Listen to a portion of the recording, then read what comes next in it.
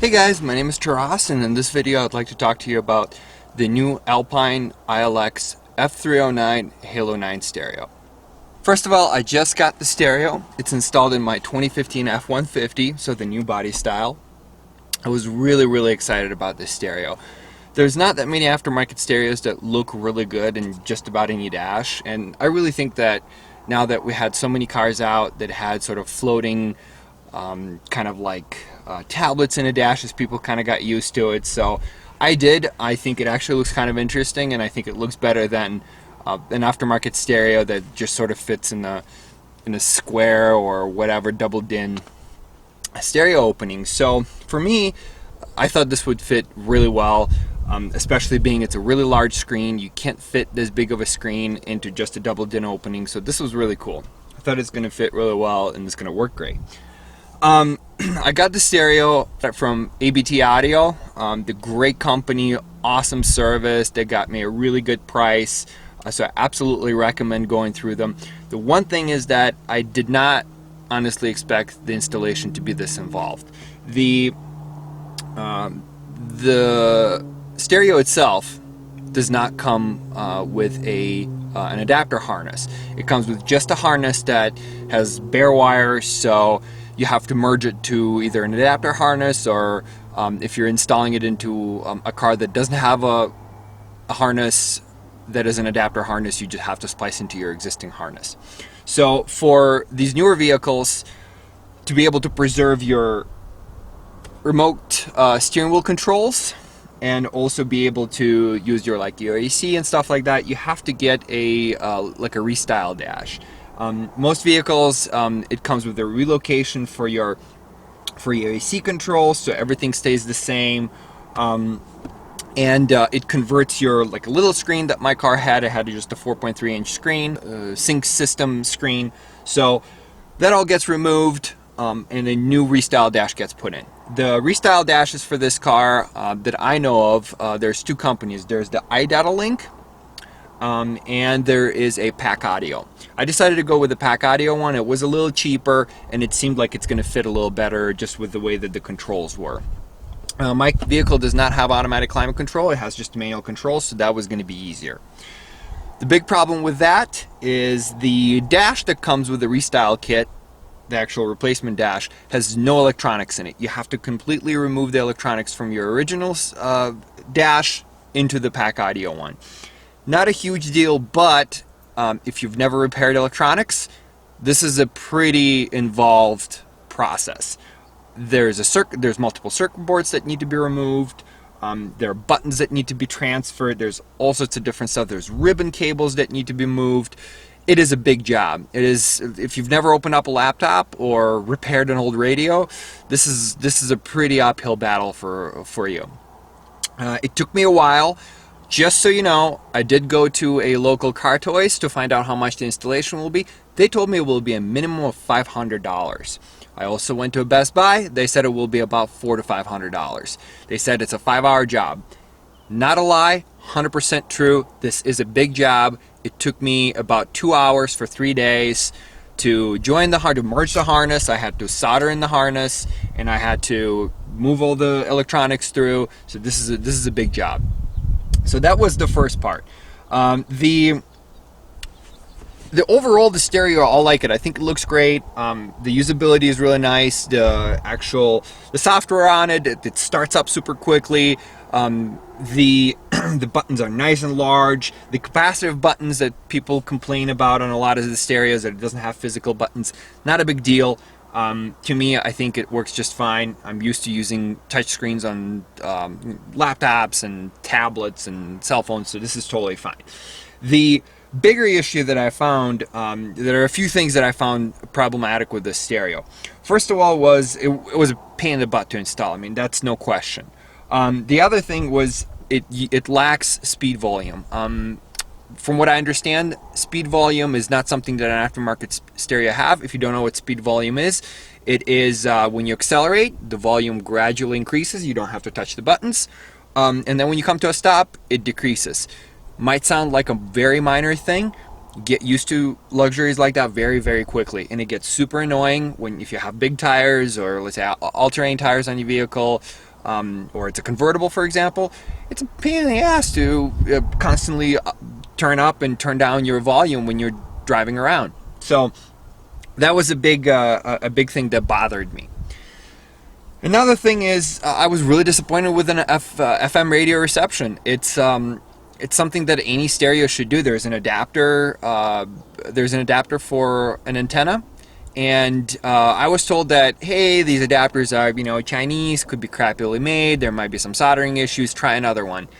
It's not what I really want to do. I don't want to install a stereo, spend 5 hours, and I have to deal with the poor FM reception. It's a simple radio thing. The reason why I bought this stereo was really because I really wanted Android Auto. I think it's a great thing. It's a safety feature, as well as it brings your really easy to use interface to a stereo with a big screen. You're able to control different types of navigation applications, like you have an option for Waze, you have an option for Google Maps, you can pinch and zoom. It is super easy to use. It's actually pretty fast on this stereo. It takes only a few seconds to fully boot. I mean, I would say probably 20 to 25 seconds for it to fully boot. By the time you're driving, it's up and going. And if you have your work saved, it will automatically start navigating you to work. It's really awesome. It works great, and you have traffic and everything. There are two issues. One of them is specifically stereo related. The other one is phone related. Stereo related, people have said this before, it has a horrible resolution. I mean, it's a 9-inch screen, and the resolution is like, I don't know what the PPI on this thing is, but you can see the pixels. It's pretty disappointing. I mean, we're all used to high-end screens. You don't even have to have a Samsung phone to have a pretty decent, screen quality these days. So that was a big disappointment. You can really, if you get really close, you can actually see the little pixels in there. I mean, even from here, I can see pixels. Disappointing. The bigger issue was with actual Android Auto itself. The problem that I ran into, it constantly would disconnect. I would plug it in, I would start driving, and it would come up and say this USB device is not supported. Super annoying. You would have to unplug it, plug it back in. It takes a little bit for it to load. It was a real pain. From a bunch of research I have done, it's mostly related to what phone you have. I have a original Google Pixel, and they do have issues, specifically with Android Auto and specifically with different types of cables. So I tried different cables. I tried probably 5 or 6 different cables. Short ones, long ones. A lot of them were having issues. Then I was told that I need to update to the latest security update. I did that. And then I tried a 3-inch cable. This cable is the shortest cable you can possibly get. This is, I think it's about 3 inches long. It's a Castle Creations cable. And I plug it in directly into the OEM USB plug over here. Reason is because you get to preserve that with this stereo. So it's got an adapter, so you get to use your stock USB location over there in the hub. It worked. So the super short cable works just fine. If you use a cable that is 6 inches long, intermittent.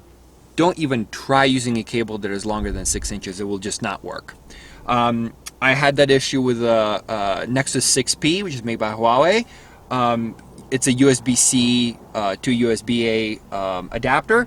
With that phone, it worked with the 6-inch cable pretty reliably. It worked great with a 3-inch cable. It wouldn't work with its original, whatever it is, a foot-long cable or a foot-and-a-half-long cable. It just won't work. So that was a big disappointment to me, because I really wanted it to work. Another issue I noticed with the PAC Audio conversion dash is one thing was super disappointing, because you have to transfer the rotating buttons for the heat and for the fan speed. There is a little gear that you have to make sure that you mesh correctly, and I'm positive I did it correctly.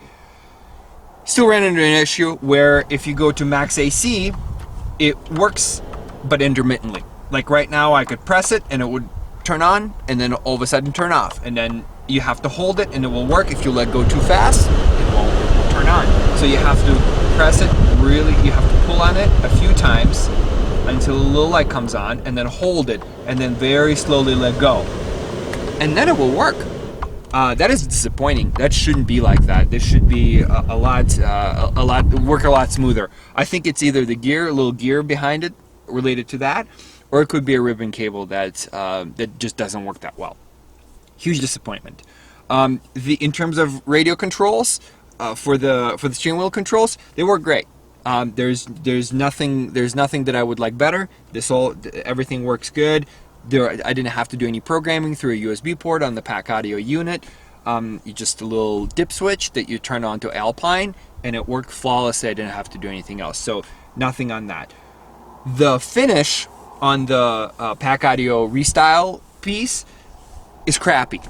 It is different color. It's matte finished. It's not. It doesn't have clear coat on it. So when they're right next to each other, it's very noticeable. When it's just kind of there and you don't really pay attention, it's not that big of a deal. But it's definitely not nearly as good of a quality as the OEM piece. So that's a big deal. Another thing that was hugely disappointing with the pack audio restyle piece is these 4 buttons that get relocated below. They're above, right underneath your little 4.3 inch screen. Those buttons I use to navigate the little screen. Here they're moved, and they're used with an additional little module that you can buy, so you can have blind spot monitoring and you can have an extra camera, for example.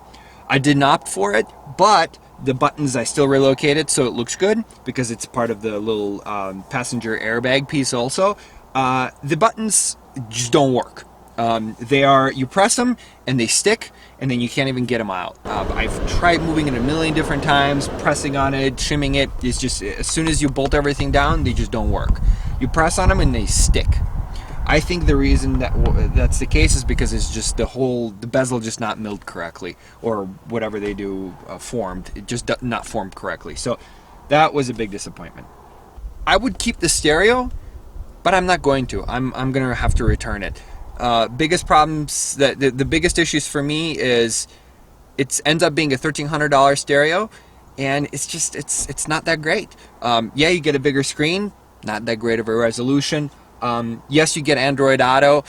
It's great, doesn't work consistently, and also I guess you could just use your phone. I mean, I have a big enough phone with a 5.5 inch screen, and I actually have a really nice mount for it that mounts on the side of the dash. So I really hope that this is going to be better than it really ended up being. So in conclusion, I don't think I'm going to be keeping the stereo. The reason why I wanted it was because I wanted Android Auto. I wanted a bigger screen, and I just wanted something different. I got the bigger screen with pretty terrible resolution, not so happy about it. Android Auto is not very consistent, it doesn't work that great, and the one thing that the radio should do is have good FM reception, and I just can't get it. I just can't get this reception to be good enough to keep the radio. So I'll be returning it. Should you buy one? I think it depends. I think it depends on what you have in your car currently, and what you want out of your stereo. I would think that if your car didn't come with Bluetooth, didn't come with any sort of screen, doesn't have a backup camera, and you just currently have some crappy stereo in there, this is a great upgrade. It will be an upgrade for sure. If you have an OEM stereo with Bluetooth that is already there, with a backup camera that's already there, and your screen is there and it's color and you can use it for backup camera, I just don't think it's worth it. Let me know what you think in the comments. Please ask me questions. I wanted to record how I installed the stereo, but it was so frustrating that I couldn't think of recording myself installing a stereo for 3 days. But if you have questions, please let me know. And subscribe. I will have more videos of all sorts of variety of different things. Again, thanks so much for watching.